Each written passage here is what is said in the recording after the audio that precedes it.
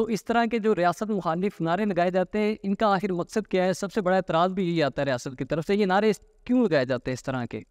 یہ اس لیے لگائے جاتے ہیں کہ طالبان کا پروجیکٹ اصل میں وردی والوں نے بنایا ہے اور انہوں نے پالا پوسا ہے. اب دیکھیں نا، یہ صرف پی ٹی ایم کی بات تو نہیں ہے. یہ بنو میں جو لاکھوں لوگ نکلے تھے پچھلے دنوں اور انہوں نے یہی نعرہ لگایا. اور دیکھیں نا، یہ دنیا میں آپ نے کبھی دیکھا ہے کہ سول آبادی یہ کہے کہ اس علاقے سے فوجی جو ہے یا نکل جائے یا چوریوں تک محدود ہو جائے، اس لیے کہ انہوں نے کہا کہ یہ گٹ طالبان کو لے آتے ہیں، وہی گٹ طالبان پر بیٹھ طالبان بن جاتے ہیں. تو یہ جو نعرہ ہے، یہ تو ایک طرح سے جو پالیسیاں ہیں سیکیورٹی اسٹیٹ کی، ان پالیسیوں کی وجہ سے، کیونکہ انہوں نے اس جنگ میں حصہ لیا ہے اور جنگ کو بڑھاوا دیا. اور پشتونوں کو شکایت ہے کیونکہ لاکھوں لوگ اس سے بے گھر ہوئے ہیں اور ایک دفعہ پھر یہ لوگوں سے نکلنے کے لیے کہہ رہے ہیں. تو ظاہر ہے کہ لوگوں کو جو شکایت ہے وہ پی ٹی ایم بھی نعرے لگاتے ہیں، لیکن ایک نعرہ تو پختونخوا میں سارے لوگ لگاتے ہیں، کروڑوں لوگ لگاتے ہیں. صحیح. اچھا، آپ نے ایکسپلین کیا کہ یہ جو پشتون جرگہ ہے یہ کیا ہے، اور یہ بیسکلی تمام پشتون جو قوتیں ہیں وہ مل کر اپنا آگے کا لائحہ عمل دینا چاہ رہی ہیں. لیکن میرا آپ سے سوال یہ ہے کہ کیا جو خیبر پختونخوا میں پارلیمانی جماعتیں ہیں، کیا وہ لوگ، وہ قوتیں، سیاسی قوتیں جو اقتدار میں ہیں، کیا وہ جو بھی اس جرگے کا نتیجے میں جو بھی فیصلے ہوں گے، کیا وہ ان کو مانیں گی؟ بات یہ ہے جی کہ عوام کے پاس اور عدم تشدد پر یقین رکھنے والوں کے پاس پرامن طریقے سے اپنا سیاسی دباؤ بڑھانے کے علاوہ کیا راستہ؟ یعنی اگر لوگ جمع ہو جائیں اور وہ آپس میں کسی بات پر اتفاق کر لیں، اور جیسے آپ نے دیکھا ہے ایک بات جو نظر آئی ہے پچھلے 2-3 سال میں، کہ ہمارے عوام کو ایک بات سمجھ میں آ گئی ہے جو 20-30 سال پہلے وہ نہیں سمجھتے تھے. وہ یہ ہے کہ اصل میں جہاد کے نام پر فساد کیا گیا. اس کا اسلامی جہاد سے کوئی تعلق نہیں تھا. یہ ڈالروں کی جنگیں تھی اور یہ فساد تھا، اور یہ فساد بارش میں نہیں ٹپکا، آسمان سے نہیں آیا. یہ در حقیقت یہاں کی جو جرنیل شاہی ہے یہ ان کا لایا ہوا ہے. اور تیسری بات جو سمجھ گئے ہیں وہ یہ ہے کہ اس کے پیچھے بڑی طاقتیں ہیں. امریکہ، برطانیہ ایک طرف ہے، روس اور چین دوسری طرف ہیں، اور ان کے درمیان سخت جنگ ہے، لیکن گرم جنگ وہ ہماری زمین پہ آئے ہیں اور ہمیں جنگ کا ایندھن بنانا چاہتے ہیں. تو یہ باتیں لوگوں کو سمجھ میں آ گئی ہے. تو اگر کوئی اس طرح متفقہ فیصلہ ہو اور سارے صوبے کے عوام پرامن طور پر احتجاج کرنا شروع کر دیں، تو ظاہر ہے کہ عوام کی طاقت کے سامنے تو کوئی نہیں ٹھہر سکتا نا. تو یہی ایک راستہ بچا ہے. باقی جہاں تک حکومت کا تعلق ہے، پی ٹی آئی کی حکومت وہاں یعنی اس کی تیسری دفعہ ہے، یعنی کوئی 11-12 سال اس کو ہو گئے ہیں، لیکن سوائے اس کے کہ اس کو پی ٹی آئی پختونخوا کے اقتدار کو جنگ اس کے لیے تخت لاہور کی فتح کی جنگ کے لیے استعمال کرنا چاہتے ہیں. وہ اب دیکھیں نا، اس دفعہ بھی وہ اس کو صرف جو پی ٹی آئی کے اقتدار کی جنگ ہے اس کے لیے استعمال کر رہی ہے. انہوں نے صوبے کے لیے کوئی کام نہیں کیا، صوبے کے امن کے لیے کوئی کام نہیں کیا. اس ایک صوبے میں جب سینکڑوں حملے ہوتے ہوں اور سینکڑوں لوگ اس جنگ میں جان سے ہاتھ دھو رہے ہوں اور صوبائی وزیر اعلیٰ اور صوبائی حکومت کا پتہ نہیں ہو، تو ان کی تو یہ حالت ہے. اور سیاسی پارٹیاں بھی بدقسمتی سے سیکیورٹی اسٹیٹ سے اقتدار کی لالچ میں خاموش رہتی ہے. نہ پارلیمنٹ بول رہی ہے، نہ اسمبلی میں قراردادیں پاس ہو رہی ہیں، نہ یہ جو باتیں ہم اور آپ کر رہے ہیں نہ یہ پارلیمان میں سننے کو آ رہی ہیں. اس لیے لوگ مجبور ہیں کہ سول سوسائٹی کی سطح پہ جمع ہو کے جو ریاستی پالیسیوں کو بدلنے کے لیے آواز اٹھائیں. اچھا خٹک صاحب، ایک چیز میں نے آپ سے پوچھنی ہے. آپ نے صوبائی حکومت کا بھی ذکر کیا. ہم نے دیکھا کہ یہ جو جرگہ ہونا ہے اس کے لیے جو تیاریاں تھیں، ٹینٹ لگے ہوئے تھے، وہاں پہ کریک ڈاؤن ہوا ہے، ٹینٹ اکاڑ کے پھینک دیے ہیں. لیکن اس پہ جو صوبائی حکومت ہے اس نے بڑا دلچسپ رد عمل جاری کیا ہے. وہ یہ کہتے ہیں کہ یہ سب کچھ وفاقی حکومت کے کہنے پہ ہوا. تو کیا جب پی ٹی ایم پہ یا اس طرح کے کسی بھی ایسے لوگوں پہ تشدد کا معاملہ آتا ہے جن کی ریاست کے ساتھ اچھی نہیں نبھتی، تو آپ کو لگتا ہے کہ کیا جو صوبائی حکومت ہے وہ بالکل لاچار ہے، یا صوبائی حکومت کے ایما پہ ہی سب کچھ ہوا ہے، یا اب صوبائی حکومت پبلک ریئیکشن سے بچنے کے لیے اس کے وفاقی حکومت کے پیچھے چھپ رہی ہے؟ صوبائی حکومت نے خود ایسے اقدامات کیے ہیں جن سے ثابت ہوتا ہے کہ صوبائی حکومت بھی پی ٹی ایم کے خلاف جو کریک ڈاؤن ہے اس میں پوری طرح شریک ہے. اور ان کو مختلف اضلاع میں پی ٹی ایم کے عہدیداروں اور ممبروں کے گھروں پہ چھاپے مار رہی ہے اور ایک پرامن سیاسی سرگرمیوں کو روکنے کے لیے جو نوجوان ہیں ان کو گرفتار کر رہی ہے. اور تو دیکھیں نا پی ٹی آئی کی تو سیاست یہی ہے, وہ جب کہتے ہیں کہ دہشت سیاسی لوگوں کے خلاف بند کرو تو وہ پی ٹی آئی کے خلاف بات کرتے ہیں. وہ کہتے ہیں باقی سب کے خلاف آپ کرتے جائیں, اس میں کوئی کباہت نہیں ہے. وہ جب کہتے ہیں کہ لوگوں کو جبری طور پہ نہ اٹھایا جائے تو اس سے مراد صرف پی ٹی آئی کے ممبروں کی ہوتی ہے. باقی غیر پی ٹی آئی کو آپ کو 5 لاکھ لوگوں کو غائب کرنا چاہتے ہیں, کر لی, پی ٹی آئی کو کوئی اعتراض نہیں. وہ جب کہتے ہیں کہ وہ اسٹیبلشمنٹ سے ان کی لڑائی ہے, تو لڑائی یہ ہے کہ وہ کہتے ہیں کہ ہم سے اسٹیبلشمنٹ ہم سے صلح کر لے اور ہمیں دوبارہ کرسی پہ بٹھا دے. اس کے علاوہ ان کے اسٹیبلشمنٹ سے کوئی جھگڑا نہیں ہے.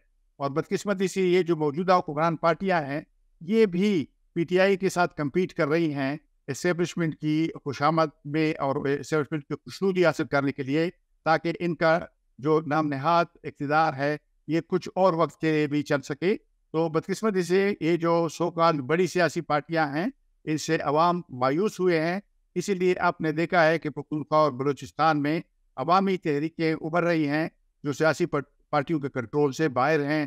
اور پختونخوا میں پچھلے سال سے جتنے مظاہرے ہوئے ہیں امن کے لیے, ان میں مطلق اکثریت جو ہے وہ خود رو مظاہرے ہیں جو عوام مقامی لوگوں کی, مقامی کمیٹیوں کی سربراہی میں اٹھے ہیں. افراز صاحب, خٹک صاحب, سب سے بڑا اعتراض جو پی ٹی ایم پر اٹھایا جاتا ہے وہ اس کی طرز سیاست پر ہے. اس پہ اعتراض اٹھایا جاتا ہے کہ پی ٹی ایم جو طرز سیاست اپناتی ہے وہ مزاحمت کا ہے, تو وہ پارلیمانی سیاست کی طرف کیوں نہیں آ جاتے یہ پشتون تحفظ موومنٹ والے؟ مجھے پتہ ہے کہ ولی وزیر صاحب ہیں ہمارے ایم این اے, لیکن رہے بھی ہیں, تو پی ٹی ایم اپنا طرز سیاست پارلیمانی سیاست کی طرف کیوں نہیں آ رہے؟ لیکن جی پاکستان میں آئین میں کہاں لکھا ہے کہ آپ کو صرف پارلیمانی سیاست تک محدود رہیں گے؟ یہ کس قانون میں یا آئین یا قانون میں ایک جگہ بھی نہیں لکھا. یہ جو بہت سارے لوگ ہیں سیاست کرتے ہیں اور پارلیمنٹری انتخابات میں ایسا نہیں لیتے ہیں, تو اور پی ٹی ایم نے کسی کو ہاتھ سے پکڑ کر ایسے روکا کہ آپ ووٹ نہ ڈالیں, وہ کہتے ہم نہیں دیں گے ایسا, تو ڈالیں, یہ ان کا انتخاب ہے. اور مزاحمت جہاں ظلم ہو وہاں تو مزاحمت ہوگی جی. وہ اگر یعنی پی ٹی ایم بھی کرے, ہم سب مزاحمت میں شریک ہوں گے, کیونکہ جو مزاحمت نہیں کرے گا وہ تو اپنا انسان کے طور پہ اپنا کردار ادا نہیں کرے گا. جہاں جبر ہوگا, ظلم ہوگا, تو مزاحمت تو ضرور ہو. ٹھیک ہے. اچھا, اسی سے جڑا ہوا ایک سوال یہ ہے, اور وہ یہ کہ یہ ایسا لگ رہا ہے کہ خیبر پختونخوا میں بالخصوص, کیونکہ بلوچستان میں تو کافی حد تک یہ ہو چکا ہے, خیبر پختونخوا میں لوگ پارلیمانی سیاست سے متنفر ہو رہے ہیں. اور اس کا ایون کہ کل ایک ٹاک شو میں بیٹھے ہوئے تھے جنید اکبر صاحب, جو کہ سٹنگ ایم این اے ہیں پاکستان تحریک انصاف کے, انہوں نے کہا کہ میں اس پارلیمانی سیاست سے بالکل تنگ آ گیا ہوں, میں صرف اس لیے سیٹ نہیں چھوڑا کہ لوگ یہ نہ کہیں کہ میں ڈر گیا. تو یہ جو یہ ایسا تاثر کیوں آ رہا ہے کہ کے پی کے عوام بھی جو ہے اب پارلیمانی سیاست سے پیچھے ہٹتے جا رہی ہیں؟ اور سر اس کا جو ہے ریاست کے پہ کیا اثر پڑے گا؟ تھوڑا سا یہ ایکسپلین کر. جی بہت اچھا سوال ہے. دیکھیے یہ جو پچھلے 2 انتخابات میں ڈاکے پڑے ہیں 2018 میں اور 2024, جی یہ اسی انتخابات کی کیا حقیقت ہے؟ 2018 میں انہوں نے وہ مشینوں کو فیل کرایا, اور 2024 میں انہوں نے گنتی میں مداخلت کر کے فارم 45 کے بجائے فارم 47 مرتب کر کے نتیجوں کو اپنے ہاتھ میں لیا. تو یہ تو ایک طرح سے کٹپتلیوں کا انتخاب ہے. تو لوگ اس سے متنفر ہوتے جا رہے ہیں. یہ پختونخوا اور بلوچستان میں کیا یعنی پورے ملک میں ایسے ہوگا. تو اگر اس طرح کا کھیل تماشا ہوگا, ڈرامہ ہوگا, سیاست جو ہے وہ ایک ایسے فریم میں بدل جائے گی. یعنی وہ ایک طرح سے انتخاب تو نہیں ہوا, یہ تو سلیکشن ہے. تو سلیکشن کو میں کون یقین رکھے گا؟ تو میں سمجھتا ہوں لوگ متنفر ہو رہے ہیں, اور یہ پاکستان کے لیے بہت خطرناک بات ہے. لیکن یہ تو جرنیل شاہی ہے کلم کلا, اور آئین سے انحراف ہے, قانون سے انحراف ہے. یہ پاکستان ایک نیا ملک ہے, اور اس کی بنیاد کانسٹیٹیوشن پہ ہے. جو 73 کانسٹیٹیوشن ہے, اس سے پہلے نہیں تھا کانسٹیٹیوشن, یا ایسے جیلی کانسٹیٹیوشن تھے. تو نتیجہ یہ تھا کہ آپ نے دیکھا کہ 1971 میں یہ 2 ٹکڑے ہو گیا تھا. 1973 میں لوگوں نے اس سے سبق سیکھ کے وفاقی پارلیمانی جمہوری آئین بنایا. لیکن اگر آپ اس آئین پر عمل نہیں کرنے دیں گے تو اس ملک کا کیا مستقبل ہو سکتا ہے؟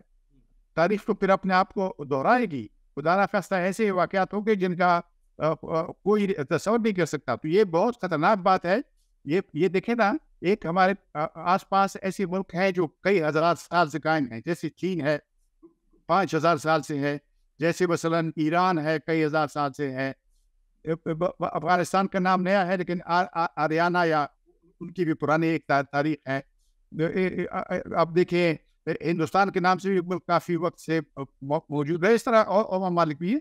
تو لیکن پاکستان ایک نیا ملک ہے، اس کے لیے تو بنیاد جو ہے اس کا سوشل کانٹریکٹ ہے، عوام اور حکمرانوں کے درمیان ایک سماجی معاہدہ ہے جس میں کہا گیا ہے کہ عوام یہ ذمہ داریاں اور فرائض قبول کریں گے اور حکمران جو ہے ان کی ذمہ داریاں یہ ہوں گی.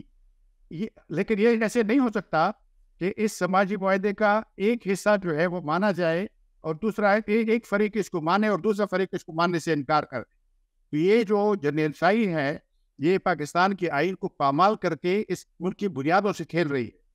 میں سمجھتا ہوں کہ تمام سیاسی پارٹیوں کو، جیسے ماضی میں بھی ہوا ہے، پاکستان میں پہلی بار نہیں ہے. میں تو اس وقت سیاست میں آیا تھا جب پہلی بار ایوب خان کے خلاف جدوجہد شروع ہوئی تھی. میں نے اس وقت دیکھا، میں طالب علم تھا کالج میں. تو گزارش یہ ہے کہ ہم نے پھر ضیاء اللہ کا مارشل لا دیکھا، ہم نے جنرل مشرف کا مارشل لا دیکھا، اور یہ جو غیر اعلانیہ مارشل لائیں ہیں یہ بھی ہم نے دیکھی ہیں اور آج کل بھی مرحلے سے گزر رہے ہیں. تو گزارش یہ ہے کہ اس سے یہ جو اس ملک کے 25 کروڑ عوام ہیں، جو اس ملک کے اصلی مالک ہیں، ان کا مستقبل تاریک ہوگا. لیکن مجھے یقین ہے کہ اس ملک کے عوام اٹھ کھڑے ہوں گے، اور جیسے ماضی میں انہوں نے ڈکٹیٹرشپ کو شکست دی ہے، موجودہ جو سول چہرے کے پیچھے ایک امریت ہے اس کو بھی وہ پیچھے دھکیل دیں گے. یعنی عوام کی طاقت جو ہے اس کے سامنے کوئی نہیں ٹھہر سکتا. یہ جو جنہوں کا خیال ہے کہ وہ بندوقوں سے اور توپوں سے وہ لوگوں پر حکمرانی کر سکتے ہیں، یہ نہیں کر سکتے. اب دیکھیں نا، یہ ملک جو ہے وہ عوام کی قوت سے قائم رہتے ہیں. سوویت یونین کے پاس اتنے ہتھیار تھے، اتنے ایٹم بم تھے کہ ان کے اسٹوروں میں جگہ نہیں تھی ایٹم بم رکھنے کی. لیکن ایٹم بم سے تو وہ نہیں ملک کو بچا سکے نا، کیونکہ وہاں عوام اٹھ کھڑے ہوئے ریاست کے اس پرانی شکل کے خلاف. تو اسی طرح سے اور ملکوں میں بھی ہم نے دیکھا، اور خود پاکستان میں ہم نے دیکھا ہے. سر 71 میں ہمارے سامنے ہوا. میں تو اس وقت نوجوان سیاسی کارکن تھا. تو میری گزارش ہے کہ یہ اس ملک کی مستقبل کے ساتھ کھیلنا ہے. خٹک صاحب، یہ بتائیے گا کہ پشتون تحفظ موومنٹ اور جو بلوچستان میں موومنٹ جاری ہے، ان کے حوالے سے ایک تاثر پایا جاتا ہے کہ یہ علیحدگی پسند تحریکیں ہیں. کیا اس تاثر میں کوئی صداقت بھی ہے؟ اصل میں تاثر تو یہ الزام تراشی ہے. یہ تو جو فاشسٹ حکمران ہیں ان کا پروپیگنڈا ہے، اور بدقسمتی سے اس پروپیگنڈے میں کیونکہ میڈیا کنٹرولڈ ہے، چونکہ یہاں پہ آزاد میڈیا نہیں ہے، چونکہ یہاں پہ سیاسی سرگرمی پہ پابندی ہے، اس لیے ایک طرفہ پروپیگنڈا وہ کیے جا رہے ہیں. دیکھیں، ایک بات میں آپ کے توسط سے ایک بات میں بہت وضاحت سے کہتا ہوں. مثلا میں پشتونوں کی قومی تحریک کے بارے میں زیادہ جانتا ہوں. میں یہ گزارش کرنا چاہتا ہوں کہ انگریز کے وقت میں 1921 میں پشتونوں کی قومی آزادی کی تحریک شروع ہوئی. اپریل 1921 میں باچا خان اور ان کے ساتھیوں نے انجمن اصلاح افغانہ، افغانوں کی اصلاح کی انجمن کے نام سے ایک تحریک شروع کی جس کا مقصد تعلیم پر زور دینا تھا. لیکن انگریزوں نے اس کو دبایا تو یہ سیاسی بن گئی اور خدائی خدمتگار بن گئی. 100 سال میں ہم نے آزادی کی جدوجہد کی ہے.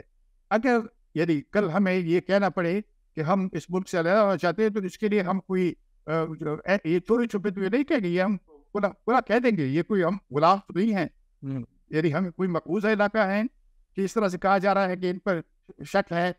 شک کی کیا بات ہے؟ ہم اپنی آزاد حیثیت چاہتے ہیں. ہم نے پاکستان کی وفاق کو قبول کیا، وفاقی جمہوری پاکستان کو ہم نے قبول کیا. لیکن اگر دوسرا فریق قبول نہیں کرتا اور اس کا یہ خیال ہے کہ وہی انگریز والی غلامی ہمارے پر مسلط کرے گا، تو ہمارے لیے پھر اس میں اور انگریزوں والے ہندوستان میں کیا فرق رہ جائے؟ اور ہم یہ اوپنلی کہہ دیں گے. اس کے لیے کسی کو یہ نہیں کہنا پڑے گا کہ یہ کیا کہہ رہے ہیں. وہ ہم اپنی زبان سے سب باتیں کہہ سکتی ہے. تو اس طرح کی یہ تاثر کی بات جو ہے یہ پروپیگنڈا ہے، فاشسٹوں کا پروپیگنڈا ہے، استحصالیوں کا پروپیگنڈا ہے، اور جن لوگوں نے اس ملک کو لوٹا ہے یہ ان کا پروپیگنڈا ہے. سر لاسٹ کویسچن، آپ نے بالکل کہا کہ پاکستان کا جو آئین ہے وہ وفاقی پارلیمانی آئین ہے، اور پاکستان کی وفاق کی جو دو اہم اکائیاں ہیں بلوچستان اور خیبر پختونخوا، ہم نے یہ دیکھا ہے کہ اس ٹائم وہاں پہ انریسٹ ہے. ہم نے دیکھا کہ پچھلے دنوں بلوچ راچی مچی ہوئی، وہ بھی ایک بلوچ نیشنل گیدرنگ تھی.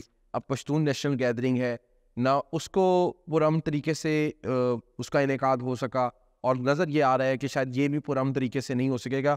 صرف مجھے یہ بتا سکیں اپنے سیاسی تجربے کی روشنی میں، کیا ہم دیکھ رہے ہیں کہ آنے والے دنوں میں بلوچ پشتون اتحاد یہ جو نئے نوجوانوں پہ مشتمل ہے یہ مارچ وجود میں آئے اور نیب جیسی کوئی تحریک یا نیب جیسی کوئی پارٹی دوبارہ آئے اور وہ پھر پالیٹکس کو آگے لے کے چلے جو پارلیمان کی سیاست بھی کرے؟ بالکل جی، مجھے تو یہ فخر حاصل ہے کہ میں نیشنل عوامی پارٹی کا رکن بھی رہا ہوں جی جو عبدالولی خان صاحب کی سربراہی میں تھی، اور جس میں بلوچ لیڈر بھی اس وقت جو سردار عطا اللہ مینگل، نواب خیر بخشماری، حبیب جالب اور دوسرے ہمارے بہت سارے لیڈر اس میں شریک تھے. تو اب پھر نوجوانوں کے درمیان رابطے ہیں. اسی لیے آپ نے دیکھا حکمرانوں نے نوجوانوں کو ایک دوسرے کے صوبوں میں آنے جانے پر بھی پابندیاں لگائی ہیں، اسی ڈر سے کہ کہیں یہ طاقت اکٹھی نہ ہو جائے. لیکن میرا خیال یہ ہے کہ پورے ملک میں لوگ اٹھیں گے، کیونکہ جس طرح کی مہنگائی ہے، جس طرح کی بے روزگاری ہے، جس طرح کی IMF کی شرائط کے ذریعے عوام کا خون نچوڑا جا رہا ہے، جس طرح کی بجلی کے بل ہیں، جس طرح کی خوراک کی قیمتیں ہیں، لوگ ایک طرح سے اپنے بچوں کو کھانا نہیں کھلا سکتے، لوگ خودکشیاں کر رہے ہیں اقتصادی مجبوریوں کی وجہ سے. ایسے حالات میں میں سمجھتا ہوں کہ تمام مظلوموں کو، تمام محکوموں کو، چاہے اس کا تعلق ان کے کسی بھی حصے سے ہو، ان کو اکٹھے ہونا چاہیے. اور یعنی پہلی ترجیح تو ہم سب کی یہی ہے کہ ایک وفاقی جمہوری آئین کی بنیاد پر ایک منصفانہ معاشرہ، جمہوری معاشرہ بنانے کی طرف ہم قدم بڑھائیں. لیکن اگر اس راستے کو مکمل طور پر بند کر دیا گیا تو پھر تو وہ لوگوں کے پاس اور آپشن ڈھونڈنے کے سوا کوئی راستہ نہیں رہے گا. لیکن یہ کہ اس وقت تک جہاں تک مجھے میری معلومات کا تعلق ہے، PTM یا بلوچ یکجہتی کمیٹی یا ملک میں دوسری جو عوامی تحریکیں ہیں وہ یہی کہہ رہی ہیں کہ اپنے جائز حقوق کا، آئینی اور قانونی حقوق کا مطالبہ کر رہی ہیں. ٹھیک ہے، بہت شکریہ افرا صاحب، خٹک صاحب، آپ کا رائٹس واچ کو ٹائم دینے کا، اور جو بلوچ اور جو پشتون قومی جرگہ ہونے جا رہا ہے اس کے اغراض و مقاصد سے آپ نے ہمیں بخوبی آگاہ کیا. بہت شکریہ آپ کا.